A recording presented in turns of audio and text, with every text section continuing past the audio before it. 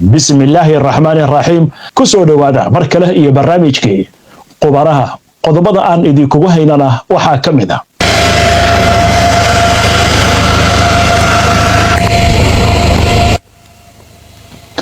waa taliska ciidamada ilaalada kacaanka Iiraan oo wacd ku maray in Israa'iil qariirada adduunka laga weyn doono haddii ay isku daydo inay ku soo qaado weerar Iiraan ayaa sidoo kale digniin u dirtay wadan kasta oo Israa'iil ku taageera duulaan lagu soo qaado Israa'iil waxay xaqiijisay geerida mid ka mid ah saraakiisheedii hogaaminaysay dagaalka Gaza xoogagga iska caabinta Falastiiniyiinta oo ka warbixiyay weerar caawa Israa'iil ay kula beegsadeen ciidankeeda marayka Gaza Netanyahu wuxuu qirtay in uu hubeeyay maleeshiyad qowleysata Falastiiniya waxa isweydiin mudan maxay tahay ujeedada uu ka leeyahay hubeynta burcadaasi xog baan idinkaga haynaa amuurtan oo dood adag iyo dhaleecayn ka dhalisay gudaha Israa'iil dalka Turkiga dacwad oogayaasha ayaa baaritaan dambi ku bilaabay hogaamiyaha xisbiga mucaaradka ugu weyn dalkaasi ee CHP sheekada ugu dambeysay barnaamijkana waxaan idinkugu haynaa لا شريك لك لبيك اللهم لبيك لبيك لا شريك لك لبيك إن الحمد والنعمة لك وحجيده oo ku soo hoyanaya caawa musdalifaha kadib markii maanta ay istaageen banka Carafo waxaynu barnaamijka ku eegeynaa dhowr qodob oo xiiso leh oo aynu ka diiwaan gelinay munaasabadihii dhacay intii lagu jiray maalmihii la soo dhaafay ilaa iyo maanta munaasabadahaasi xajkana ku wajahan dhammaan qodobadan iyo weliba warar kale oo faahfaahsan iyo wixii waraha ee soo korreeyay nahwada ku jirna ayaan idinkugu soo gudbinaynaa waxaynu ku bilaabaynaa xiisadda Israa'iil iyo Iiraan ayaa mar kale dib u soo cusboonaatay inkastoo labada dhinac muddo dheer colaad xun ay u dhaxaysay isla markaasna sanadkii la soo dhaafay Iiraan laba mar weerar ay ku qaaday gudaha Israa'iil isla markaasna Israa'iil ay ku andacootay in bishii Oktoobar 26keedii sanadkii ay weedaartay 2024 inay duqeysay xarumaha ciidamada gaar ahaan nidaamka difaaca ee wadankaasi Iiraan inkastoo Iiraan ay ku tilmaamtay weerarkaasi inuu ahaa mid aan wax weyn geysan haddana maalmihii la soo dhaafay waxaa soo baxay warar ku aadan in ra'iisul wasaaraha Israa'iil Benjamin Netanyahu uu diyaarinayo weerar uu ku qaado xarumaha nuclear-ka ee Iiraan xitaa iyadoo Mareykanka uusan la jirin laakiin waxa la leeyahay Israa'iil ma awoodo inay weerarto Iiraan sababtuna waxa weeye Iiraan oo u diyaarsan waxaana soo baxay warar sheegaya in Iiraan ilaa iyo 2,000 oo gantaalo ah oo iskugu jira kuwa guuxooda ka dheereeya gantaalada nooca blastiga iyo weliba kuwa cruise missile-ka ee gagambada in markaasi ay u diyaariyeen in Israa'iil ay ku duqeeyaan haddii ay weerar soo qaado haddaba saacadihii la soo dhaafay abaanduulaha ciidanka ilaalada kacaanka wadankaasi Iiraan ayaa waxa uu si adag uga hadlay haddii Israa'iil ay damacdo inay weerar ku soo qaado wadankiisa sida arrintaasi uga falcelinayo General Hussein Salami ayaa farta ku fiiqay in cid kasta oo ku lug yeelata tilaabo military oo kalena Iiraan ay la kulmi doonto cawaaqib culus isla markaasna ay ka shalayn doonto wuxuu sidoo kale xusay in Iiraan si buuxda ay isugu diyaarisay xaalad kasta oo suurtagal ah isagoo intaasi ku daray in Israa'iil ay wajihi doonto cawaaqib halis ah haddii dagaal uu dhaco sida ay warisay wakaaladda wararka ee IRIB ee laga leeyahay wadankaasi Iiraan General Salami ayaa sidoo kale ku nuuxnuuxsaday in wadan kasta oo ka qayb noqdo dagaalkaasi uu sidoo kale la kulmi doono dharbaaxo aad u culus Salami waxa uu tilmaamay in Iiraan ay horay u fulisay laba weerar oo kalena Israa'iil kuwaasi oo loogu magac daray ballanqaadka dhabta ah ee koowaad iyo labaad isagoo sidoo kalena xusay in haddii weerar kale lagu qaado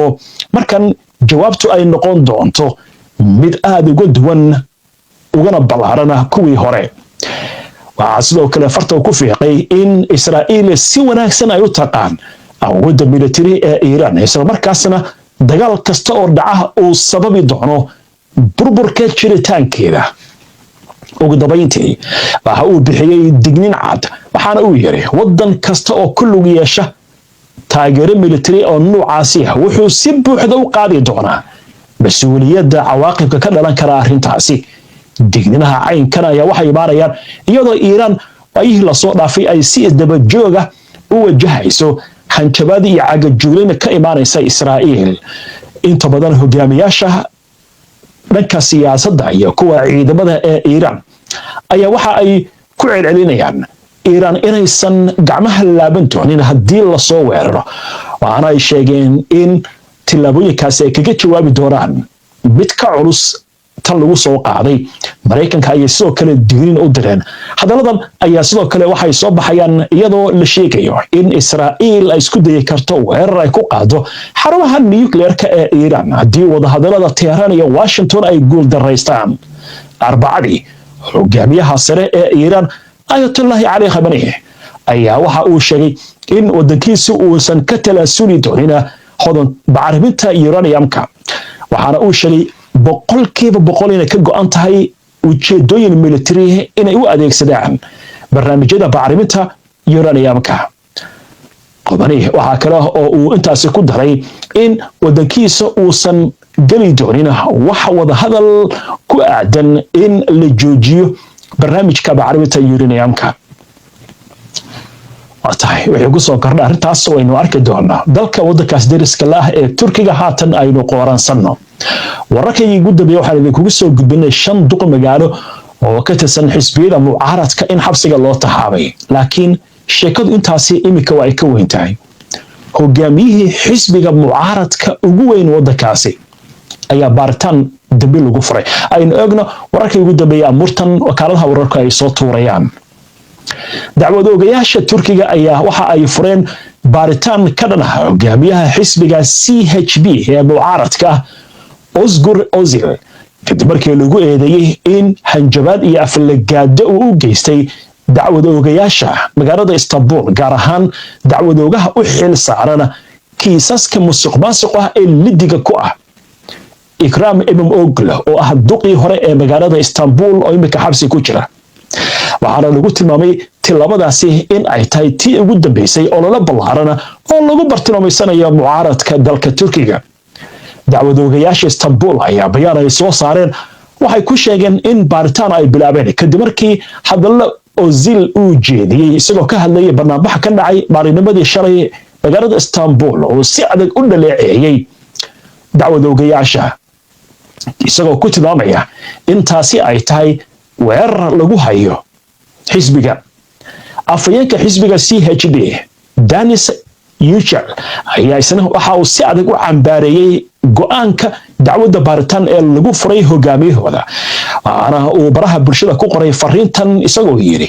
nidaamkan sharci darrada ah ee aad abuurteen annagu ma yeelayno. ololaha cadaadiska oo sida gaarka diiradda loo saarayo mucaaradka ayaa xoogaystay, waxaana ay ka soo bilaabatay kadib markii duqa magaalada Istanbul Ekrem İmamoğlu xabsiga loo taxaabay iyadoo isaga iyo mas'uuliyiin kale loo haysto dambiyo la xiriira musuqmaasuq. qaar ka mid ah wadamada reer galbeedka, hay'adaha u dooda xuquuqul insaanka iyo xisbiga CHP ayaa si adag waxay u cambaareynayaan habraacyada loo maray arrimahan, iyagoo ku tilmaamaya mid ka soo horjeeda waa si hadalka loo dhigay dimuqraadiyadda, isla markaasna loogu talagalay in lagu burburiyo fursadaha mucaaradku ay ku guuleysan karaan doorashada la filayo in la qabto sanadka 2028. qiyaastii 7 ka hor warbaahinta dowladda ayaa waxa ay sheegtay in mas'uuliyiinta Turkigu ay amreen in la xiro xubno badan oo ka tirsan xisbiyada mucaaradka, gaar ahaan kuwa Istanbul, kadib markii sida la sheegay ay galeen dambiyo musuqmaasuq la xiriira. waa hagaag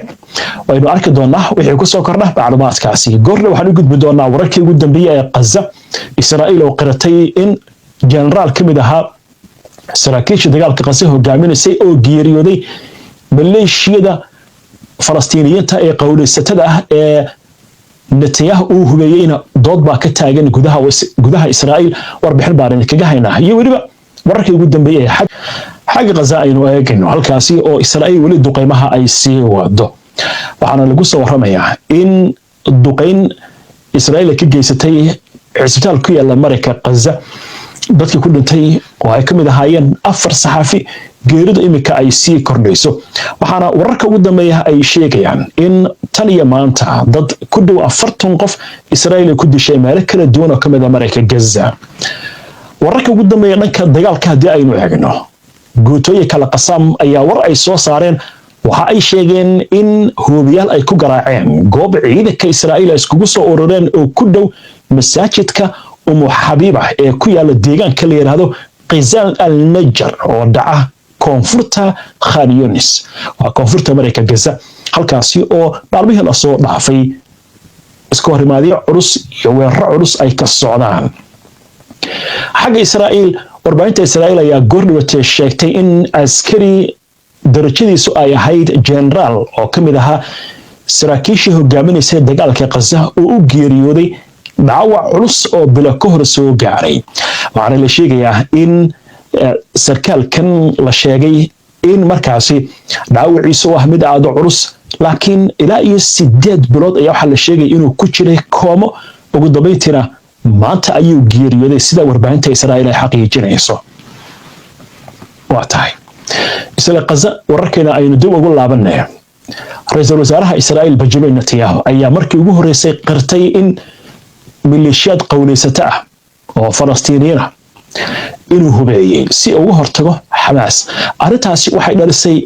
dood adag oo ka taagan gudaha Israa'iil dadka ka hadlay waxa kamid ahaa hogaamiyaasha mucaaradka waxa ugu dambeeyay Yair Golan oo isaguna hogaamiye xisbiga dimuqraadiga waxa uu sheegay in ra'iisul wasaaraha Israa'iil Benjamin Netanyahu uu ka hormarinayo wax walba aragtida qatarta ku noqon karta Israa'iil gaar ahaan in la maalgeliyo milishiyad ku sugan Mareyka Gaza oo xiriir la leh kooxda Daesh ama ISIS Golan waxa uu si adag u cambaaray Netanyahu oo ay baadi goobayso maxkamadda dambiyada dagaalka ee ICC inuu Gaza ka dhisayo bam cusub oo waqtiyeysan halkii heshiis uu keeni lahaa kaasi oo maxaabiista lagu soo celin karo isla markaasna lagu gaari karo isafgarad lala yeesho waxa uu ku tilmaamay isku xirka sunniyiinta dhexdhexaadka ama sunniyiinta markaasi uu ku tilmaamay inay yihiin kuwa dhiiga qabow si ammaanka loogu soo celiyo Israa'iil Yair Golan waxa uu xusay in tani aysan ahayn qalad balse ay tahay siyaasad abaabulan isagoo intaasi ku daray in Netanyahu uu iibinayo ammaanka shacabka Israa'iil si uu ugu sii naaxiyo xukunkiisa maalin dheeraad ah waxaan intaasi ku daray in loo baahan yahay go'aan qaadasho adag arrinka ku aadan milishiyadka ayaa sidoo kale warar ay iska soo tarayaan wakaaladda waa wargeyska la yiraahdo Israa'iil Hayom ayaa waxa uu sheegayaa in dood adag arrintaas ay ka jirto gaar ahaan laamaha ammaanka Israa'iil oo sheegaya inay aad uga shakisan yihiin hubka la siiyay qowleystadaasi Falastiiniyiinta intaasi ay dhalin karto dhibaato aad u culus waxaana lagu soo waramayaa in arrintan aysan ahayn arrin markii horeba laamaha ammaanku ay isku raaceen waxaana leeyahay waxay tani horin kartaa xaalad adag iyo khilaaf cusub oo ka dhex qarxa Xamaas iyo kooxaha hubeysan iyadoo markaasna leeyahay Netanyahu ujeedadiisu waxay tahay inuu ka horgeeyo qowleysatadan Falastiiniyiinta Xamaas si markaasi arrintaasi ay halis u geliso maamulka ururka Xamaas ee Mareyka Gaza laakiin waxa leeyahay taasi waxay dhalin kartaa in xaaladdu ay ka sii darto oo hubkan kooxahaasi ay haystaan ama loo ogolaaday suurtagal ay tahay markaasi in ay ku dhacdo gacanta kooxo kale ama iyaga laftigoodaba ay ku imaan karto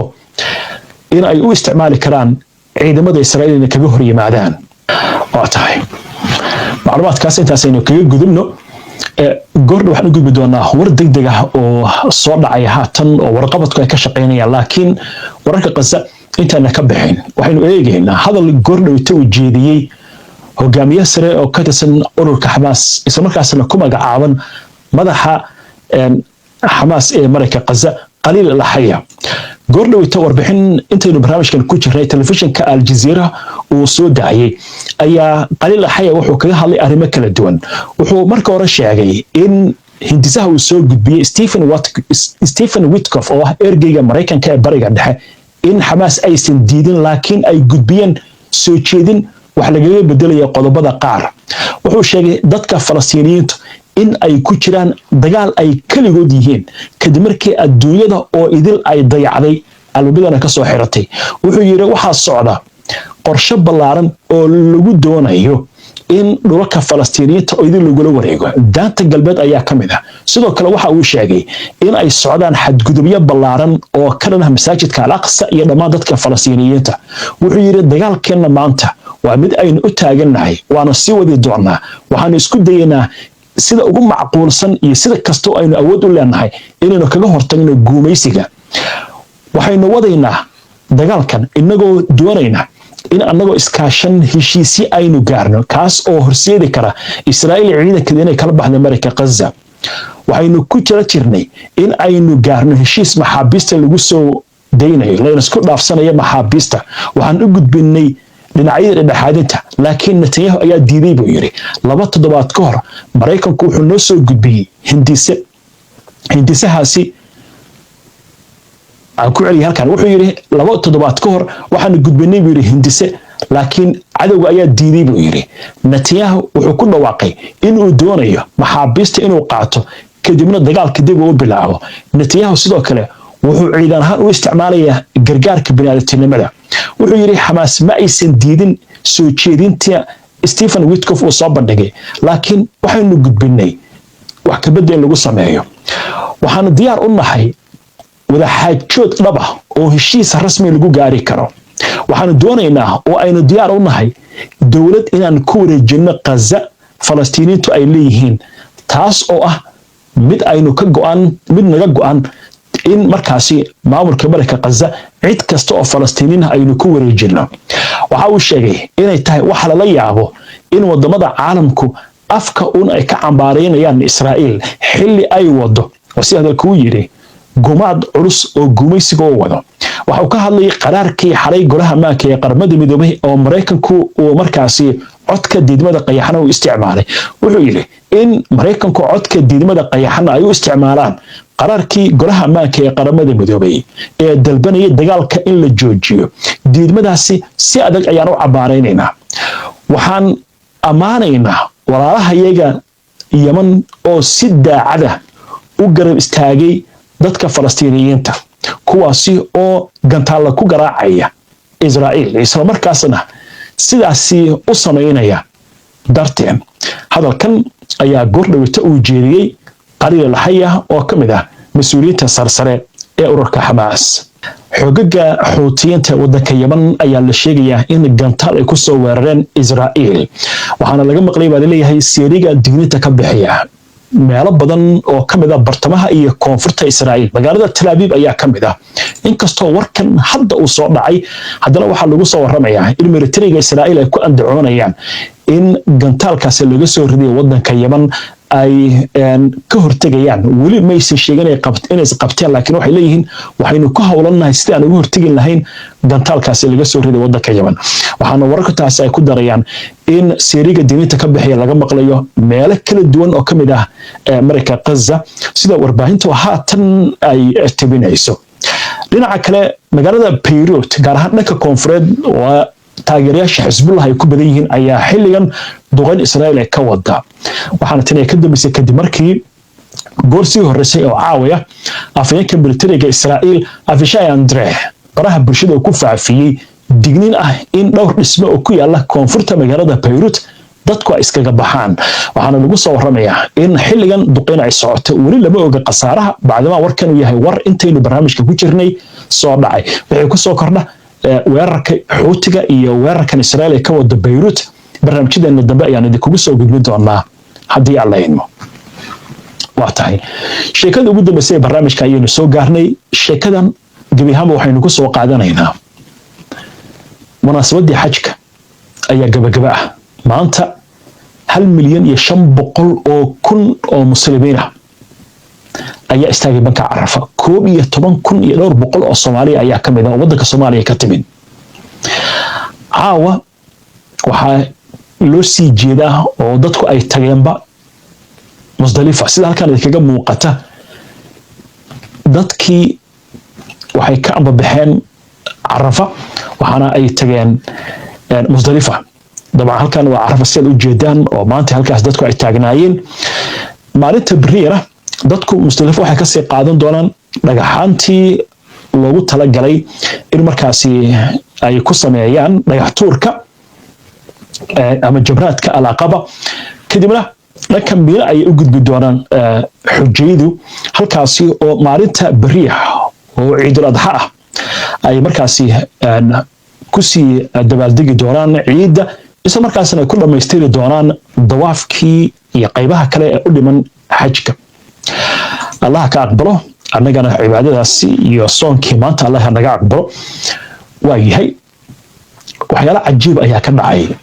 xajka oo aynu diiwaan gelin ilaa iyo maanta intii xajka u socday horta waxaynu ka hormaraynaa iyadoo lagu jiro dawaafkii xaramka ayaa hooyo dabcan waxaan filaynaa inay ka timid wadamada Asia ayaa gabadheeda tunka ay ku sitaa bal muuqaalkan aynu daawanno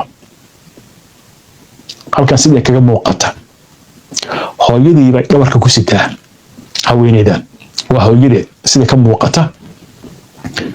kadibna dawaafka ayay la maraysaa iyadoo aan sinaba markaasi u dareemayn dhibaato sababtoo waa waalid dhabtaa lagu soo qaaday iyada calooshaa lagu soo siday 9 bilood ayana waxay awooday in ay u abaal guddo iyadoo dhabarkeeda ku sida in markaa ay la martay dawaafkii waa arrin cajiiba arrintaasi waxayna kula diiwaan gelinay ilmo ku dhashay maanta banka Carafo hooyo u dhalatay waddanka Togo ee galbeedka qaaradda Afrika ayaa dhashay ilmahan wajigooyna qarinaynaa sababtoo ah waa caruur laguma talagelin xeerarka saxaafadda in ilmaha yaryarka wajigooda la soo bandhigo hooyadan waddanka Togo ka timid ilmahaas ayay ku dhashay maanta ayuu taagan banka Carafo ma sha Allah dabcan Carafaad baa la oran doonaa wiil dhalay buu ku magac noqon doonaa waa yahay oo maanta kale isaga laftigiisa dhashay inkastoo laakiin banka Carafo hooyadu aysan taagnin markaasi waxaan kaloo diiwaan gelinay qorax kulul baa jirtay sawirkan idin muuqda waa xaas saygeedii labadii daladood TC iyo teedii u qabatay isagoo sujuudaya oo tukanaya bacdama kulayl adagna uu jiro ama kulayl daran uu jiro marka ayadana markeeda ayaa loo qaban doonaa laakiin waxay noqotay arrin cajiib ah oo soo jiidatay dhammaan baraha bulshada iyo warbaahinta sida lamaanahan iyaga laftigoodana ay isku naxariisanayaan maalintan qiimaha leh ee ajarkeeduna wanaagsan yahay sadaqadeeduna fiican tahay waa yahay arrin aad iyo aad cajiib ah sanadkan waxyaabaha aadka loo amaanay waxaa kamid ahaa dowladda waddanka Sacuudiga siday uga taxadirtay caafimaadka xujayda banka Carafo oo kale dadka waxa lagu wargeliyay inaysan u soo bixin qoraxda darteed iyo kuleylka oo aad u ba'naa oo gaarayay 45 darajo saacada intii u dhaxaysay 10kii subaxnimo ilaa iyo 4tii galabnimo intii ku horeysay halkan waa la iibaan karay iyo wixii ka dambeeyay laakiin waxa la yiri saacadahaas u dhaxeeya 10ka subaxnimo ilaa iyo 4ta galabnimo qorax aad u daran baa jirta waxyaalaha kale la sameeyay waxa kamid ahaa in biyo la qaybinayay qaboojiyaal xitaa diyaaradaha ayaa dusha sare biyo qabowga kasoo sayrinayay taasi oo xujayda u sahashay in kuleylkii darna aysan dareemin waxyaalaha kale cajiibka waxa kamid ahaa in la sameeyay bacay yar oo biyo qabow ay ku jiraan iyo baraf in la siinayo xujayda si ay qoorta iyo madaxa markaasi ay ugu qabowsadaan baadama qabowga loo baahan yahay xilligan oo kale kuleyl daran uu jiray qaboojiyaal badan baa la sameeyay aad baa looga taxadaray runtii ilaa hadda lama diiwaan gelin waxa geeriya dabcan way dhici kartaa laakiin xog ma hayno ilaa hadda macluumaadkaasi ku saabsan arrimahaasi wuxuu ku soo koran insha Allah barnaamijyadeena dambe ayaan ku soo gudbin doonaa haddii alla idmo waa tahay aad iyo aad baad u mahadsantihiin inta ayaan ku soo gabagabeynayaa caawa barnaamijkii waana ku mahadsantihiin daawashada barnaamijka si aad ula socoto wararkan iyo barnaamijyadan iyo macluumaadkan aynu soo gudbino haddii aad ku cusub tahay baraheena bulshada ama horey aadan ugu xirnayn hadda ku soo biir waana mahadsantihiin mar kale ciid mubaarak nabadgelyo